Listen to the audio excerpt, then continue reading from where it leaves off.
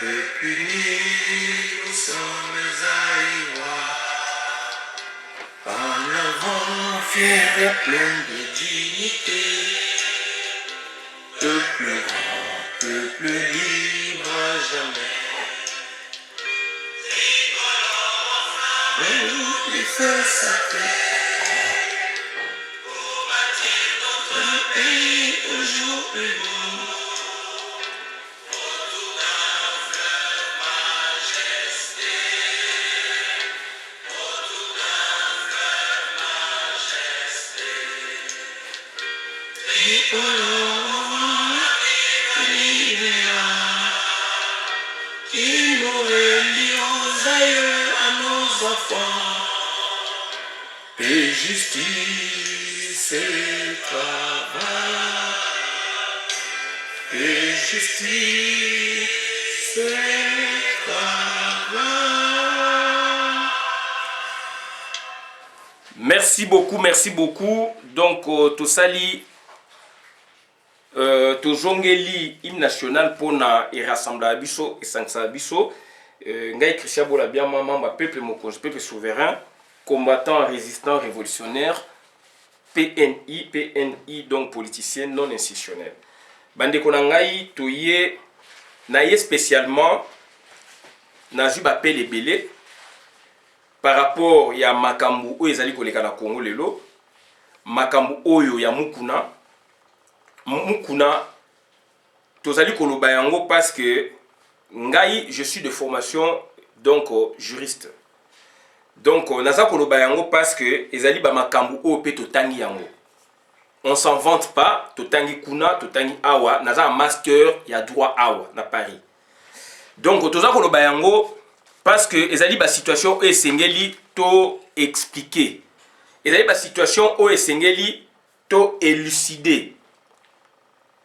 Nazali na batu ope batangisi biso bazali awa nako senga puisque toza ko mona yango na France il y a la pandémie, on voit les interventions multiples des spécialistes en la matière. Par exemple, donc on voit des professeurs microbiologistes, des docteurs microbiologistes, docteurs médecins microbiologistes, docteurs médecins donc biologistes, etc. On voit les médecins urgentistes, on voit donc différentes sortes de médecins. Baza koya pona ko éclairer lanterne. On voit Didier Raoult, Moutou a proposé solution à chloroquine, nini, azali professeur, azali na spécialité nini. Tomoni koto, babengi infectiologue, tomoni koto, virologue, donc on voit en France et au Congo, quand il y a un sujet d'actualité nationale, même donc internationale, même la diaspora, on ne voit pas nos intellectuels intervenir. C'est là où ça nous choque. Et nous autres qui intervenons pour éclairer la lanterne, on n'est pas bien compris. Raison pour laquelle, moi personnellement, j'appelle le cabinet, ou par exemple pas le cabinet, j'appelle nos anciens, n'est-ce pas, encadrés à l'université de Kinshasa, nos anciens assistants, ils sont aujourd'hui professeurs des universités, en l'occurrence docteur Kilenda et professeur docteur Kilenda et docteur professeur Bokolombe Godé. Les deux sont ici, ils ont un cabinet et en Belgique et en Hollande. C'est un cabinet donc qui a pu, n'est-ce pas, grâce à leurs conseils, c'est un cabinet qui a pu, n'est-ce pas, obtenir la sortie Yamutu Oyo Bakanga na CPI. Et ça a maté. Baza ba Congolais. Nazako Benga Bango, docteur Kilenda, Azaka assistant à Busson époque, Yanya Birungu, pénaliste, Azali Awanda en Belgique, vient à Busson. Donc, Azali professeur, docteur, Azala cabinet Mounene, donc assistant à professeur docteur Godé Bokolombe, na CPI, Babimisa Moutou na CPI. Makamo Naza Koloba, Baza ba pénaliste. Ils peuvent nous éclairer. Ba professeur Liaou Bazala Kibongo. On a des intellectuels. Oyo, là maintenant j'interviens sur des registres. je suis combattant résistant, je suis aussi juriste. D'où maintenant, on essaie un peu d'expliquer makambo oyo ezali il y a droit, mais beaucoup population ne pas comprendre l'été. Donc oh non, comme mais non, on explique ça makambo il y a droit.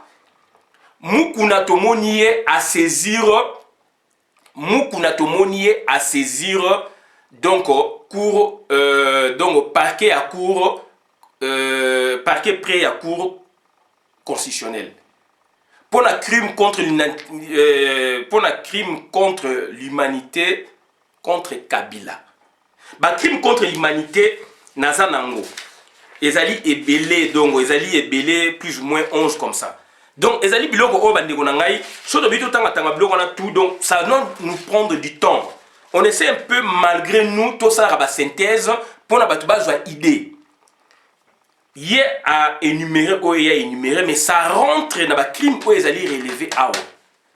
Et ça, c'est le droit pénal international. Donc, où il y a cour pénale internationale. Donc, c'est-à-dire, parmi les crimes, ils allaient les crimes imprescriptibles et pour la caté. À tout moment, à l'âge nyonso, donc, poursuivant tant que Moutaza vivant. Pour assurer muta kufi mais soki mutaza viva bakolande la kaye bande konanga meto comprendre te so le bito la kaona to bimi libanda na droit comparé ou politique comparé to kei na Chili Pinochet Augustino Pinochet soki bato balanda ka actualité biso to landa kango Pinochet asalaki loi au Kabila sali. Il y a immunité na ye soki ke alongwe ba poursuivre ete na ba crime o ya salaka. Mais tant ba fundaka ye. Juge à l'année le dossier, tout ça parquet l'année le juge l'année la Cour suprême jusqu'à ce que juge wana pona sambisa ye ba sala qui vote et qui 14 sur 20 juge o bandimé qu'il faut ba poursuivre ye ba ordonner na Sénat ya Chili.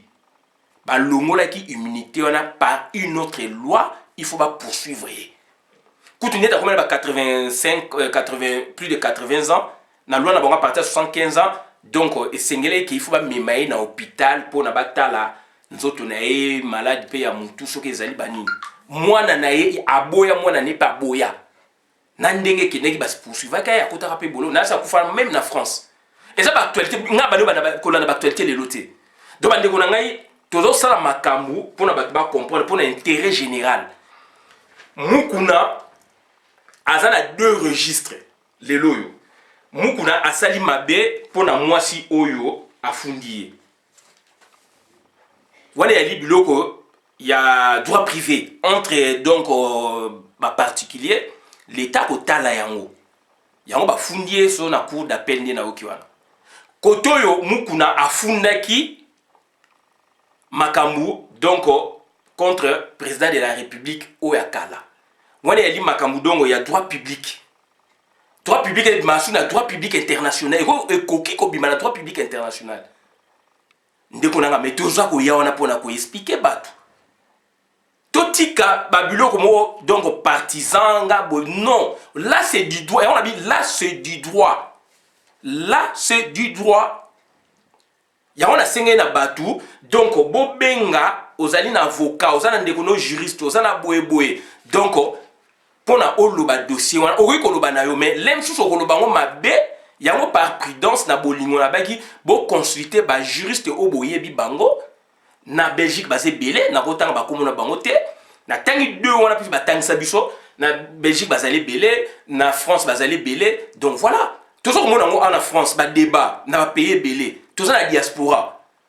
Tout ça qu'on l'a mené, alors il y a des gens au bassin cabinet dans ces pays, donc ça dit la Belgique, donc neti cabinet il y a maître Kilenda à Tangsangai, Godé Bokolombe, puisque oncle Sam Bokolombe pas ali, on a papa Lekina Bango, il est pas un professeur Niki, donc Godé Bokolombe, Azali Awa, Azarana Hollande, donc assistant, il y a Kilenda puisque baza cabinet moko babimisa mutu na CPI. Bande ko na meto consulter bango baza ba congolais. ils peuvent nous donner une idée par rapport à dossier Mukuna à côté na parquet. Ou à côté na cour constitutionnelle. Ou tout juriste basé belé. Mais la juge a épinglé deux wana. Tout le monde na France au problème les intellectuels baza ko intervenir. Na Congo kuna bakanga bango munoko. Il y a des pénalistes bazali wana. Makamacha pe be na mona procès Nyabirungu azali ko leka pour na la télévision. Il m'a enseigné procès Nyabirungu. Mais pourquoi pas aujourd'hui na bika procès Nyabirungu? Pourquoi pas aujourd'hui d'abord juriste tout court et puis juriste pénaliste paie sa position. Tout le monde a poto. Dans notre temps, menda ko leka wa lobby boya lobby. Mais donc ça dit to lingi batu wana pe baloba. Nous on dit, moi je suis juriste, je l'ai dit. Mais il y a trop de confusion tout autour. Il y a trop de confusion tout autour. Donc, il y a ngai naza ko senga na ba spécialiste wana na tangi basé belé. Donc, ce qui va ko expliquer biso procédure au mukuna sali. Ce qui n'est nini puisque on ne comprend plus rien.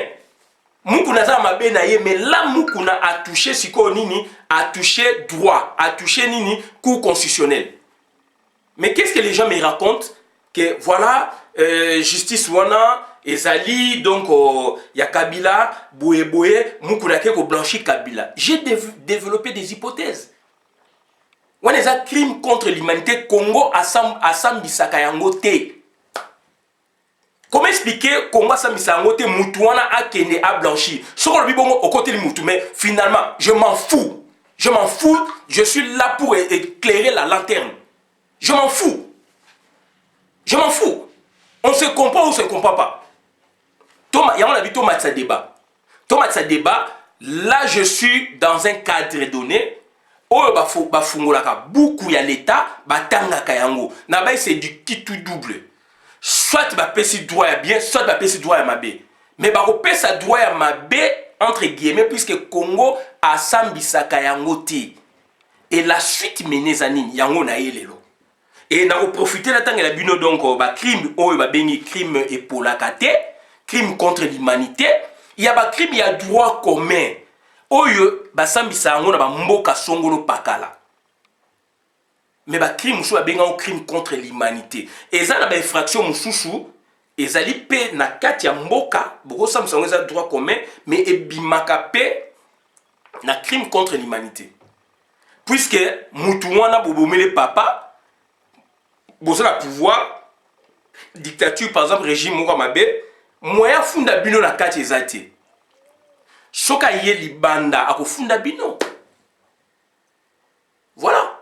Donc bandeko na baka ezali belé na tokotanga baka nyoso te. Mais na tanga bino 11 crimes, 11 infractions ont été retenues comme crimes contre l'humanité.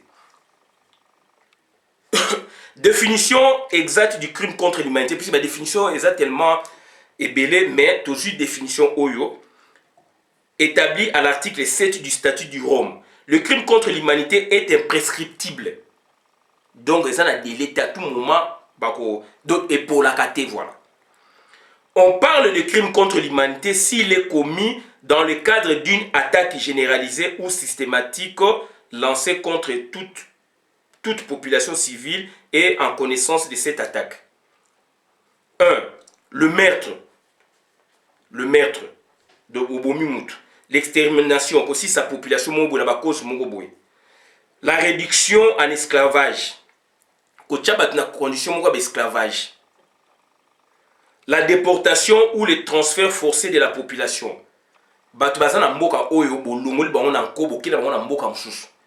ou transfert forcé, l'emprisonnement ou une autre forme de privation grave de liberté physique ou violation des dispositions fondamentales du droit international. Tout ça clair, wana. 6. La torture. Torture peut, sokotaliango na mibe kwa mboka neti ya Congo, torture pesali. Je pense torture pesali. Donc on est côté na droit commun. Mais ils ont bimapé kepe na crime contre l'humanité. 7. Le viol. Viol les alipé na kati ya mboka, ils appellent crime contre l'humanité. Donc le viol, l'esclavage sexuel. Donc au commissaire esclavage sexuel. donc obimaka na ye donc voilà sans consentement na ye akoma ya yo tomona mona poto awa bamususu azwa mwana mutu bo akangai na ndaku akomisa mwasi na ye 10 ans 20 ans 15 ans mwasi abota bana 5 6 na sous-sol abimaka te esalama na mboka moko awa na France pe salama donc ça dit voilà eza ba crime contre l'humanité dans l'emprisonnement ou une forme la déportation ou le transfert forcé de la population. 5. L'emprisonnement ou une autre forme de privation grave de liberté physique ou physique en violation des dispositions fondamentales du droit international. 6. La torture, 7. Le viol, l'esclavage sexuel, la prostitution forcée. Bazo forcé sa prostitution. Donc la grossesse forcée. Prostitution forcée, donc et vous appelez dans le cadre pour zénétisme, mais bateau pour on a basé la mbongo, mais et vous de façon aussi forcée, hein, des façons forcées, la grossesse forcée, la stérilisation forcée ou toute autre forme de violence sexuelle de gravité comparable. Grossesse forcée, tout le monde on a beaucoup rarement, bah kanga bah lycéenne, bah kena na bango. Donc bah kena na bango donc ils ont crime contre l'humanité. Viol esclavage sexuel, prostitution forcée, et puis la grossesse forcée. Ming babima pe na bazemi. Ba ko ipe ko bima na bazemi. Ba ko ipe ko botisa bango. Donc ils ont côté na cadre wana stérilisation, la stérilisation forcée ou toute autre forme de violence sexuelle de gravité comparable. Stérilisation forcée par exemple ba yé na ba produit au gouvernement ou groupe mora batu yamabe ba yé na ba stérilisation par exemple ba ko beta bino ba vaccin moko donc nanko yamabe. Ils ont crime contre l'humanité. Makamna lobite bo changa ite mais to ko parler na kata crime contre l'humanité. Ba vaccin moko yamabe pour na stériliser bino. Donc ça dit stériliser bana, stériliser mibali na basi pour na ke bo se reproduire te. Ba kisi moko mabe. Ba vaccin ya mabe. Ba tonga ya mabe. Crime contre l'humanité. 8. La persécution de tout groupe ou de toute collectivité identifiable pour des motifs d'ordre politique, racial, national, ethnique, culturel, religieux ou sexiste. Ou en fonction d'autres critères universellement reconnus comme inadmissibles en droit international, en corrélation avec tout acte visé dans le présent paragraphe ou tout crime relevant de la compétence de la Cour. 8 oyo batumi bazwa ngunda ana ba poto mingi na sanswana. Donc ba persécution ya groupe mobo puisque boza na tendance moko boye politique donc religieux religieuse ba tendance moko donc culturelle ethnique etc. Donc batumi bazwa ngunda na eloko. Par exemple biso kuna toza mingi en majorité catholique. L'église mingi koti ya Asie, bouddhisme koti kuna. Et que vous allez persécuter parce que vous allez muta Bouddha. Donc vous allez bata Bouddha. De cause de crime contre l'humanité. Moni. Ba tumususu awa toza homosexualité. Na poto na bamboke belé ezali toléré na droit international puisque droit international bango baza la force wana baza na bambongo baza na ba moyen donc bandima yango. Ba pays mingi Afrique bandima yango te. Homosexuel kuna donc so boyi bango groupe na bango be boy donc soki afundi yo donc ils a problème so gouvernement boyi tout ça ils a problème je parle du gouvernement bat musu ba changer ba sexe aza mobala meli ba hormone akomi mwasi tolo na vimbi elongine changer tout ça bokoyi ko boya bango bokoyi ko pekisa ba pratique wana l'état mais donc na niveau international ba bien et ça mara awa. Donc, quand on appelle un crime contre l'humanité. 9. La disparition forcée de personnes. Tout le monde en a Congo, papa n'a pas musala boye. Je parle d'histoire vraie. Papa ke musala azongate, baninga pe bakola bongo, papa zalakate, puisque bayiba papa na bango pe place akena bayiba te et bimé pe ba monate. Voilà. Donc disparition forcée. Aujourd'hui les Canadiens bobu ba koti na mutu ka bu OK. Voilà. Donc, on a porté ça pour tout le monde. Donc, 9, la disparition forcée de personnes. 10, le crime d'apartheid. Voilà, crime d'apartheid.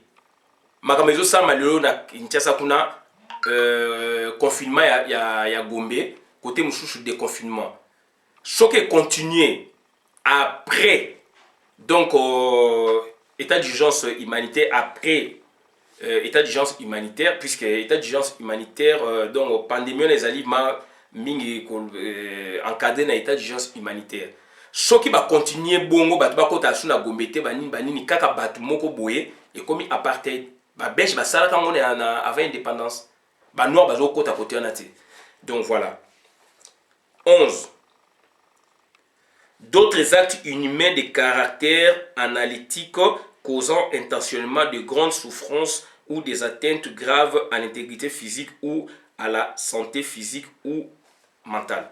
Donc, c'est-à-dire, comparativement à Oyo Mukuna Lobi, ils ont kota na kati. Il y a un crime contre l'humanité. Crime contre l'humanité, basambi sa angote na Congo Oya Biso. Comment expliquer mutuana na lobaki yango hier nazo zonga ya po bato benge belé comment expliquer eloko basambi sakate au blanchi mutu bokoza la raison puisque suite nango a donné c'est quoi puisque après eloko nezali tu expliquer que procureur wana abo cha dossier sans fuite soit un dossier sans fuite puisque basambi sangote na mibeko na biso basambi sangote donc infraction pour abo sambi sango ezana 3 éléments. Il faut d'abord infraction na ezala pour la sambisa infraction il fait un légal donc il fait un mibe comme mboka na bino bon sambisa batute na likambu oyo ezala na mboka ti donc bandeko nanga il faut te faire attention donc on a ba makamusu to lobaka donc là c'est du droit yango mo na sengaki na batu donc to luka to sa ba recherche to luka batu oyo bazali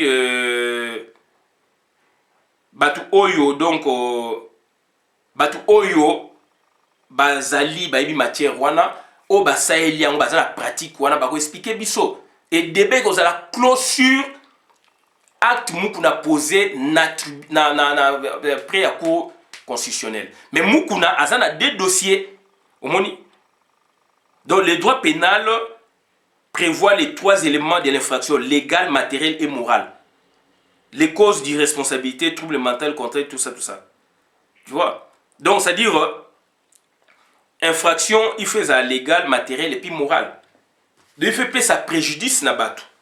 Matériellement, donc, il faut pas actualiser la poser. Légal, il faut mikanda, beaucoup ya mboka na bino code.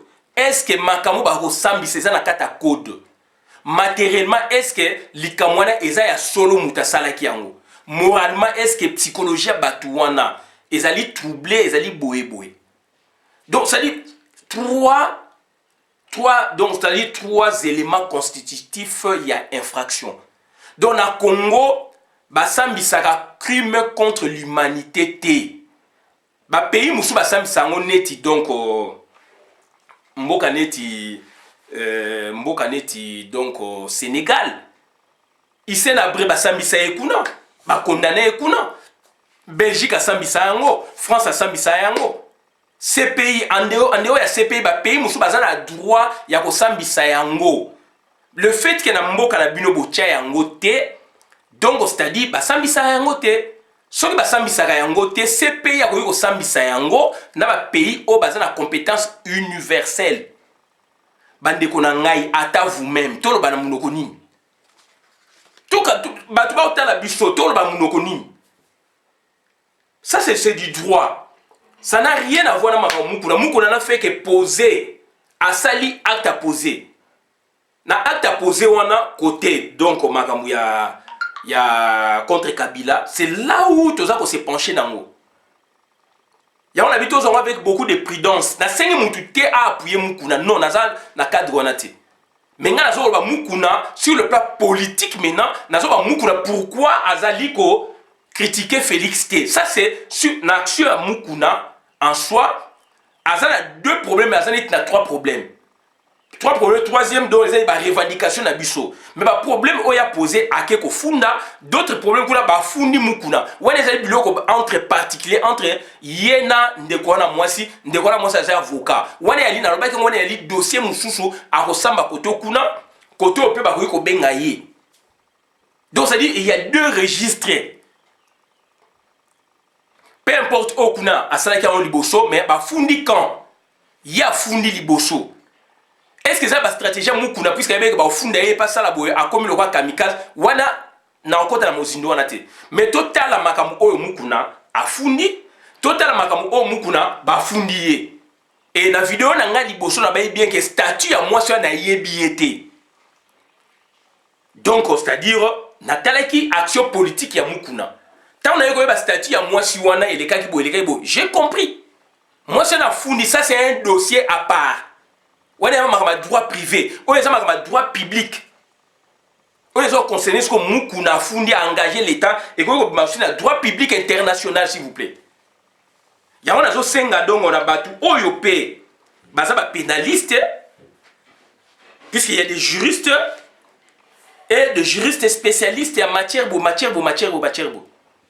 Voilà. Donc c'est à dire bandeko na ngai ya wana zo lobake et il y a des juristes, il y a des intellectuels on va apprendre aussi la méthode transdisciplinaire, il peut rentrer partout à rediscuter de sujet de c'est la formation de base. Nga c'est la méthode transdisciplinaire en Paris. Donc la rencontre le sujet nyonso. Mais au départ, c'est juriste. Donc il faut faire attention, faire attention. Donc c'est-à-dire il y a des privilèges de juridiction na droit bengaka privilège de juridiction ngelo bani. To ça la cour à droit mais na moni bandeko belé to ça ba confusion. Privilège de juridiction ezali. Est-ce que ministre ba osambisa ye na tribunal nini? Ngai so na funi mutu na osambisa na okende wapi? So na za premier na député, na premier chef coutumier, na comme chef coutumier wapi? So na premier président république, na comme maye wapi?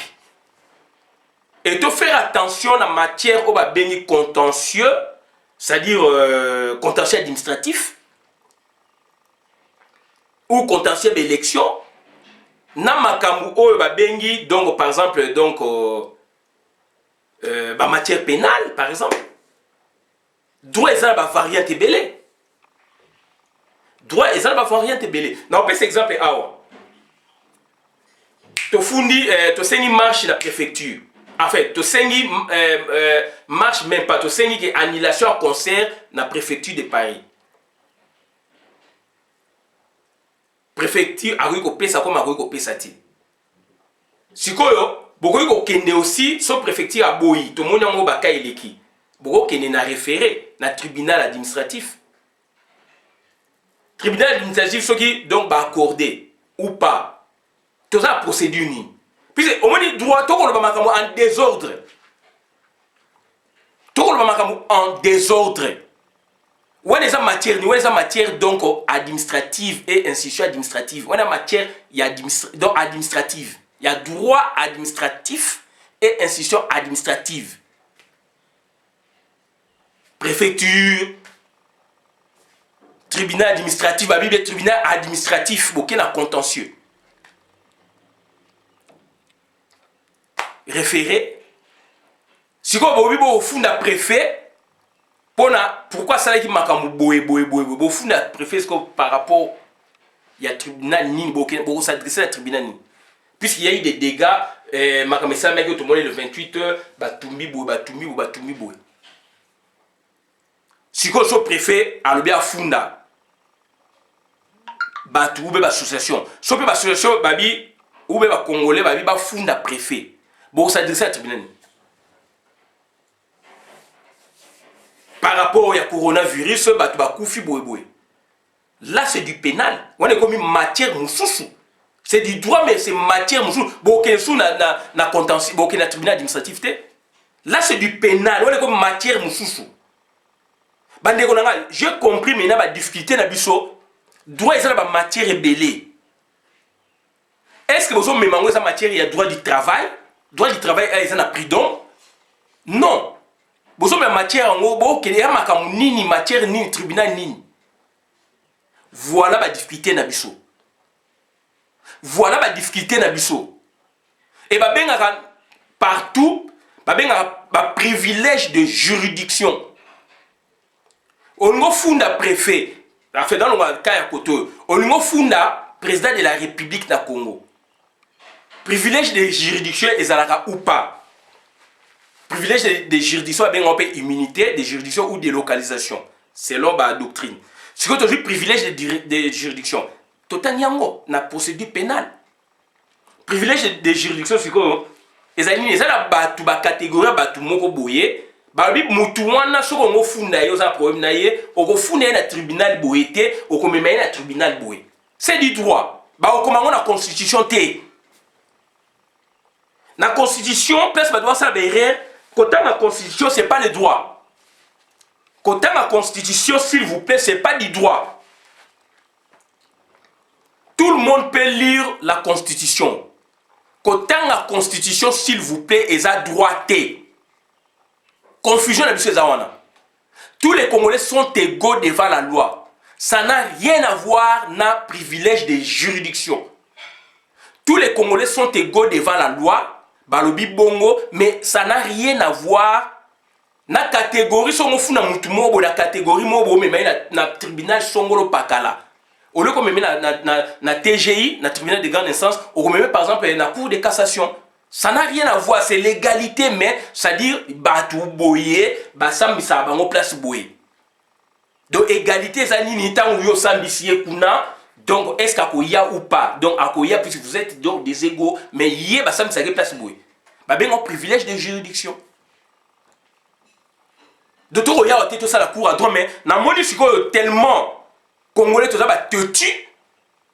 Soit tu as dit, bah, batambo, comme si tu es avancé. Mais tous ceux qui ont maîtrisé na yebi peuple na ngai yango na lobaki na yebi bandeko na ngai na yebi population na biso na yebi mentalité na biso yango na baki to faire attention. Moment oyo ya mukuna bo consulter ba juriste. To ça ba vidéo na biso neto lingi mais to consulter ba juriste. Je suis parmi un des juristes qui peut consulter. Yango na za koloba. Bon considérer ba juriste ba zali partout boé bon considérer et ça ma question est à droit et ça question est à juriste na campus pour nos licence donc 5 ans on a donc à chaque niveau ils ont 12 cours s'il vous plaît 12 cours donc ça dit on suppose un juriste pour notre licence na inikine enfin na Congo il faut ça là. Donc, il faut qu'on a plus ou moins 60 cours. Puisque à partir de la troisième année, on a cours option. Première licence, cours option. Deuxième licence, cours monsieur Baksami. Donc, si on a 12 cours, il y a bien tout tronc commun. Donc, cours monsieur Bakisami. Donc, plus ou moins 60 cours donc, sur 5 ans pour nos licence. Côté la constitution, ce n'est pas du droit. Mais, ça apporte à tout le monde. So de bezali yo koloba ya koloba ngana koloba nga peut-être na sa spécialité on a na koya ko pesa éclairage. La constitution ezali ko annoncer ba grande ligne fonctionnement organisation et fonctionnement pouvoir. Mais il y a des lois organiques qui complètent la constitution. S'il vous plaît, loi organique complète la constitution. Loi organique, par exemple, il y a finance publique. Il y a finance. Et ça s'appelle la typologie. Loi organique, il y a finance publique. Il y a la constitution. Loi sur la nationalité, il y a sur la constitution. La constitution, il y a une grande ligne, mais il y a une loi qui vota, donc il y a une cadre de la nationalité, il y a un code de la famille. Ndeni bazwaka nationalité na Congo ndeni boye. Et loi organique siko ezali ba loi oyo ezali donc contenu même na kati ya constitution.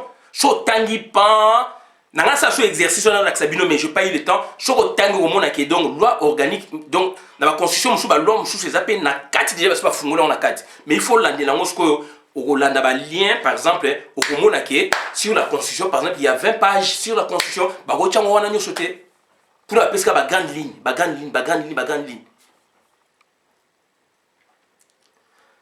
Bande Konangato se ressaisir. On a ba loi organique, ce sont des lois qui complètent la constitution. C'est ça la définition. Et il y a des lois ordinaires. Loi ordinaire, et ça loi au parlement à votaka, à légiféraka. Voilà. Donc, bande Konangaï, to faire attention.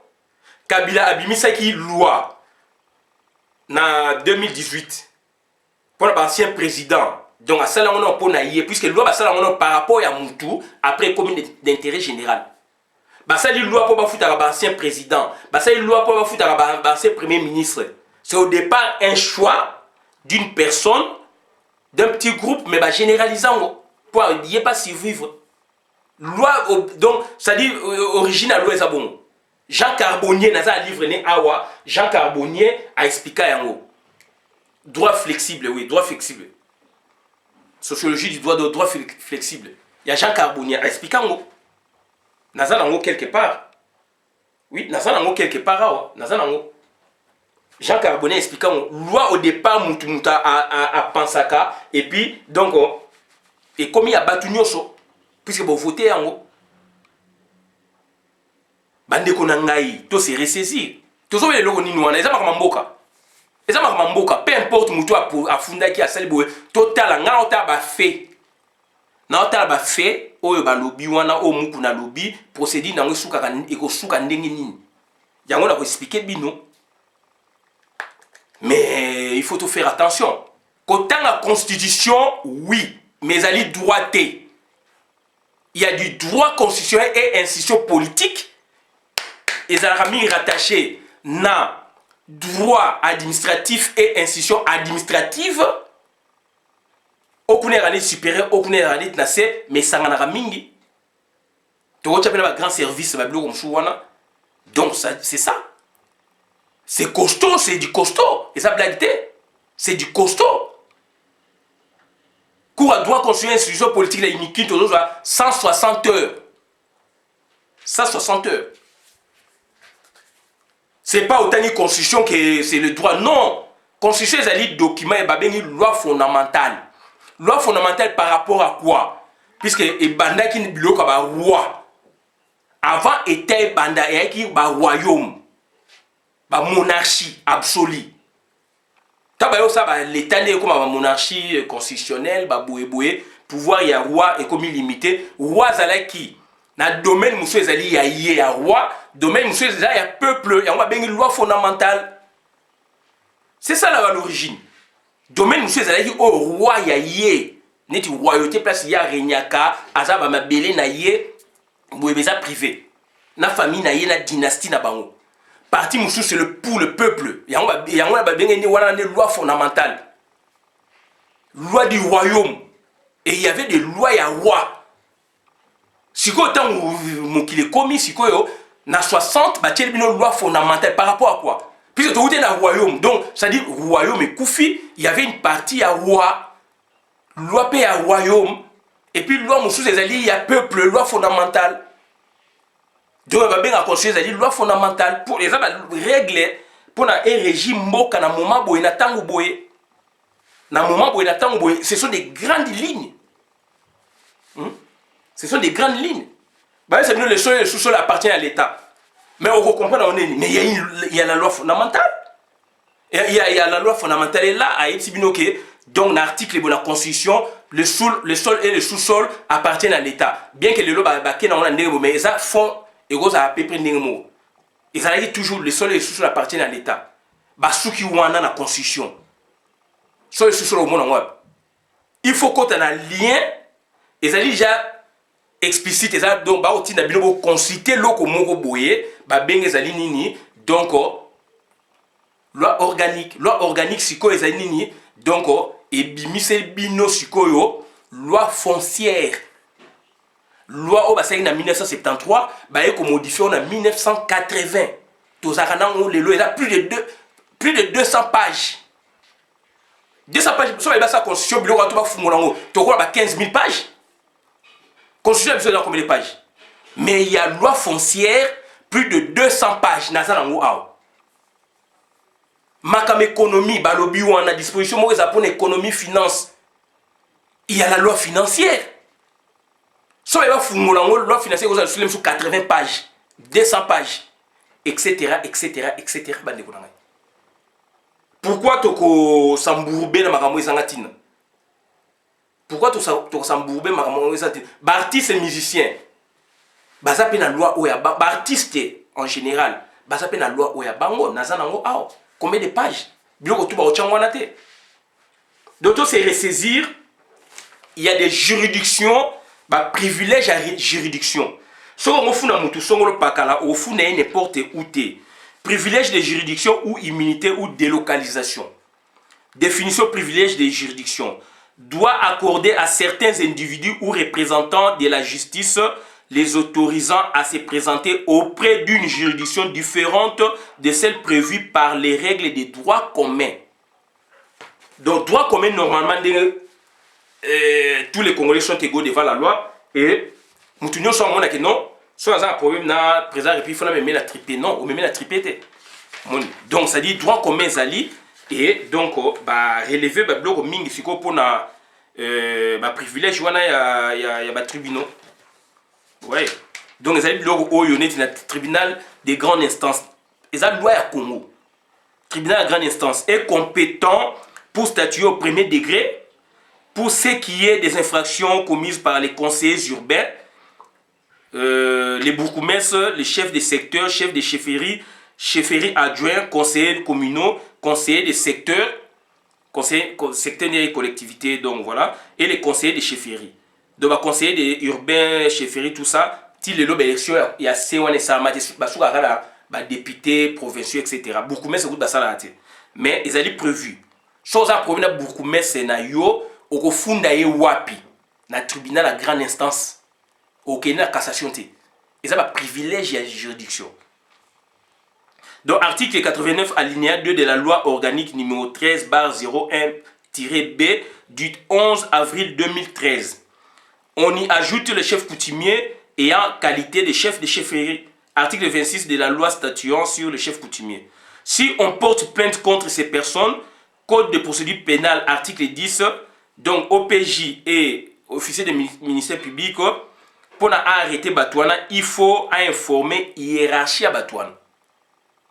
Pour le chef bourgmestre, il faut qu'on informe par exemple gouverneur, peut-être.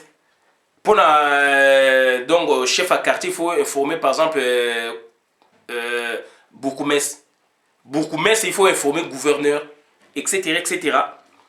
Cour d'appel. Sont justiciables au premier degré devant la cour d'appel les membres de l'Assemblée provinciale, excepté les présidents de ces assemblées qui sont justiciables devant la cour de cassation. Les magistrats des cours d'appel, des parquets généraux, magistrats des tribunaux de grande instance, des tripés, tribunal de paix, les magistrats des parquets de la République, hormis les premiers présidents des cours d'appel et les procureurs généraux qui sont bénéficiaires à la cour de cassation, qui sont bénéficiaires donc de la cour de cassation. Les maires adjoints, les présidents des conseils urbains, les fonctionnaires des services publics de l'État,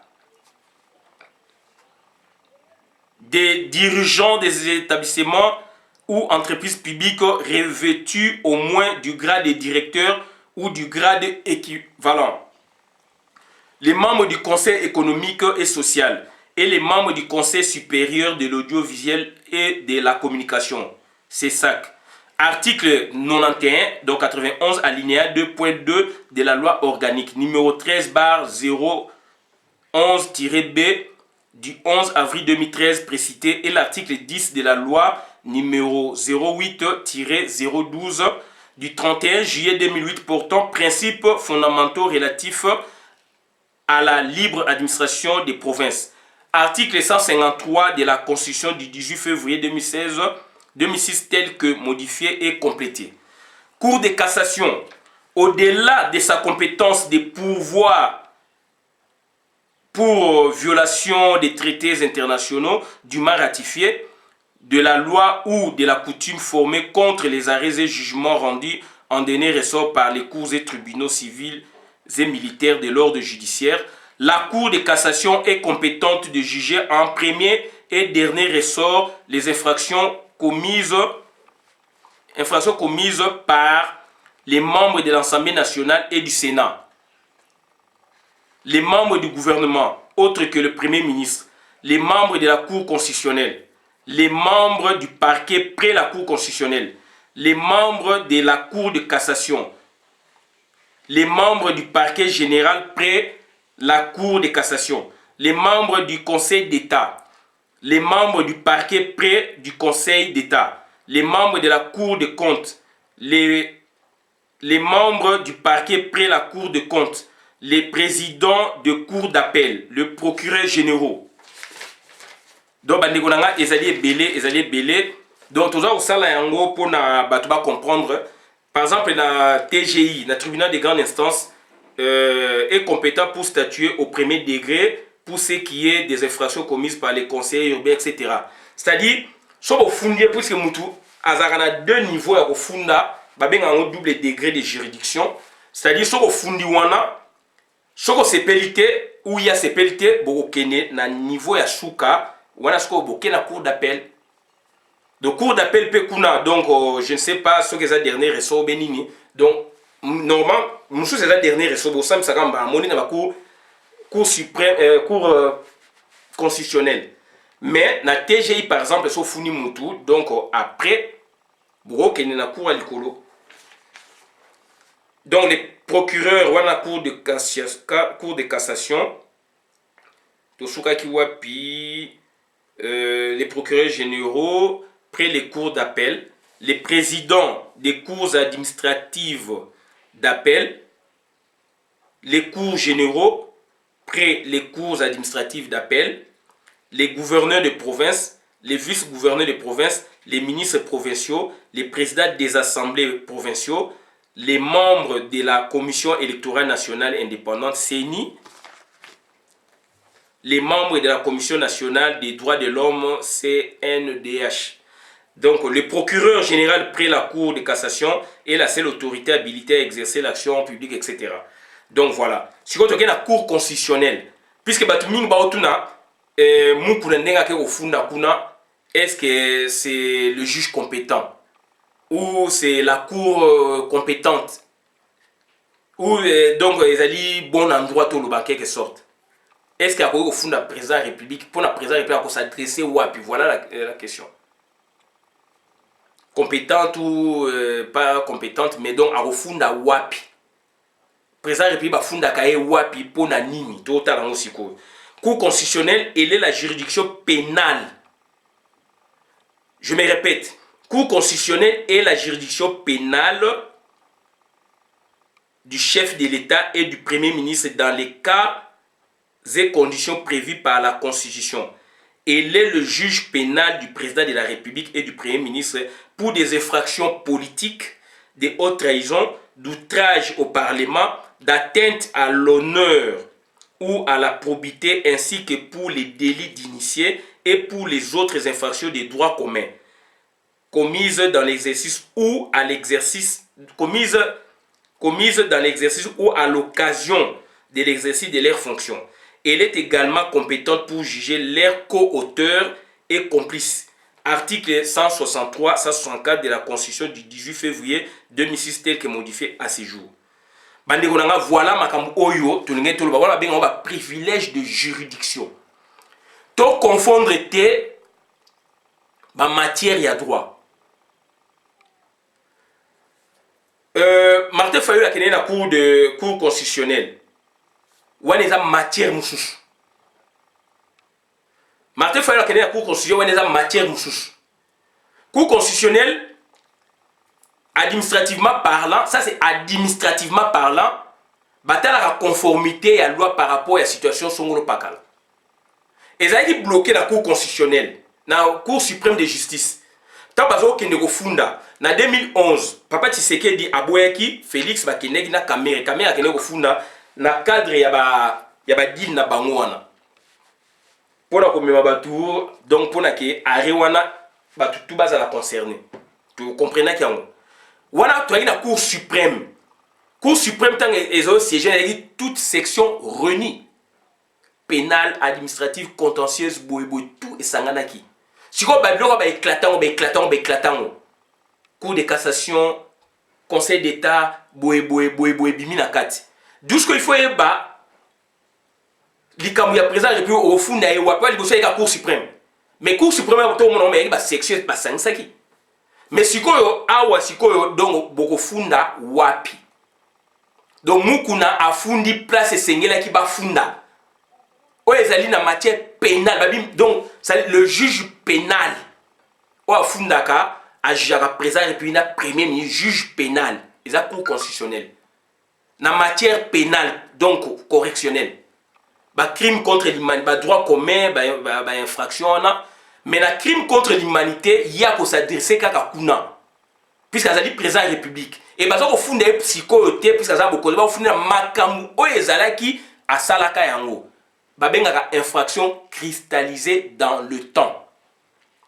Infraction c'est vandaka dans le temps. Donc na grade yo zalaka na ngwana ata le bokonzi silio bako funda yo wana. Afuni en tant que sénateur, te afuni en tant que président de la République na makamo ya salaki. En tant que sénateur à vie jusque là makamo za koleka mais za na mutu ya Félix. Il y a un pouvoir mais bazo diriger bango mbale mais il y a funi donc na makamu oye leka et kangama akoki mangote se kangama mais ça cristallisé dans le temps et puis infraction epolakate s'il vous plaît. Donc bandeko nangai c'est très important et il y a un grand frère à salé bisope réflexion atteindre biso réflexion naie alobi boy tokotanga yango. Je pense place de Rochite wana affaire mukuna. Place batu oyo mingi baza ko toro kanana bangote. Affaire mukuna. La plainte du pasteur Mukuna contre Joseph Kabila. Cette plainte cache beaucoup de choses au regard des données ci-après. 1. La liste des crimes retenus contre le présumé coupable Kabila sont des crimes de la compétence de la Cour pénale internationale CPI. 2. Ces crimes sont imprescriptibles, donc ça n'a pas de délai. Et pour la KT, et Félix a bombillé, lobby présent koya akofunda kaye bako kanga kaye, na ba auteur, na ba co-auteur, na ba complice wana. Donc et pour la KT. 3. Il faut se rappeler que la Cour pénale internationale a été créée pour contourner les obstacles divers qui empêchaient la justice nationale à rendre la justice devant ce genre de crimes. Dès lors qu'ils étaient commis sous ordre des dictateurs toujours en place et donc pour la plainte de Mukuna, le fait d'avoir porté plainte piège Kabila. Car ces immunités fabriquées antérieurement pour se rendre intouchables après son règne, font partie de ces obstacles. Du reste, le statut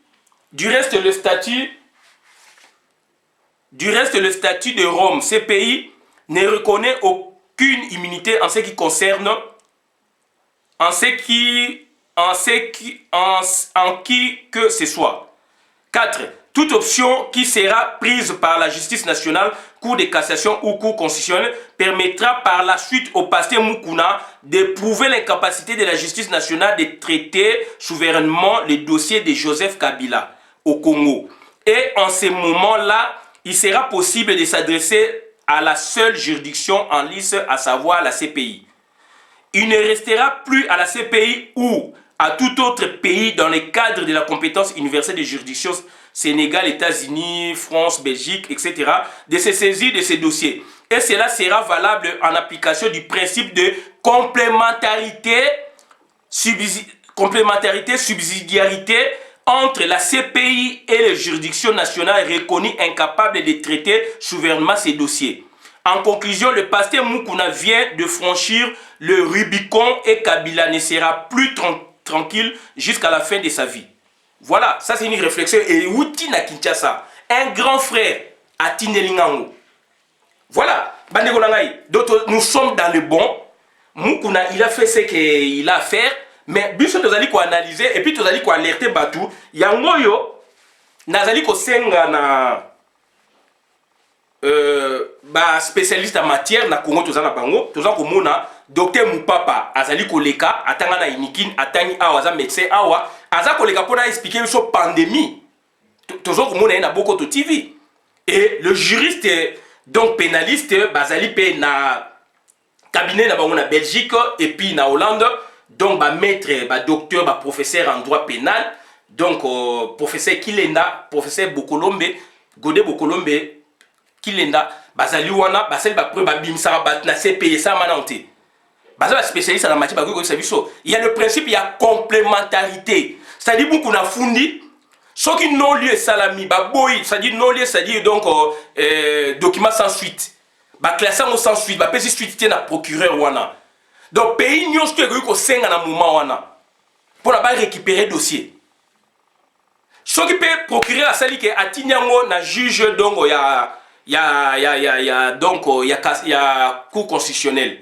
A ko statuer, a ko ba kazali incompétent. C'est un arrêt, c'est une décision. Pays nyos tout et ko zonga ko la saké bino bo sam sango depuis que za na 4 na binote ngai na ko sambisa yango. Voilà la baï que piste mukuna na ndenga fundi ezali piste moko intéressante mais tous avec beaucoup de prudence. Mais le côté c'est pélaté na mukuna a limité à critiquer à titiller Kabila non Félix. Puisque Félix azali na Kabila. Donc bandeko nanga to ke musika minité puisque on fait la politique. Donc voilà bandeko na to loba na monoko nini. Il y a le principe, il y a complémentarité. Place Congo ko suka CPA ko zoya ngo pays o baza compétence universelle. Tolo bana munoko nini. Voilà bandeko nanga makamna yeka ko bangwana na suki abona la vidéo madame la compte communauté. Merci. Ngai Christian Bola bien maman peuple mokonzi, peuple souverain, combattant résistant révolutionnaire PNI. Merci.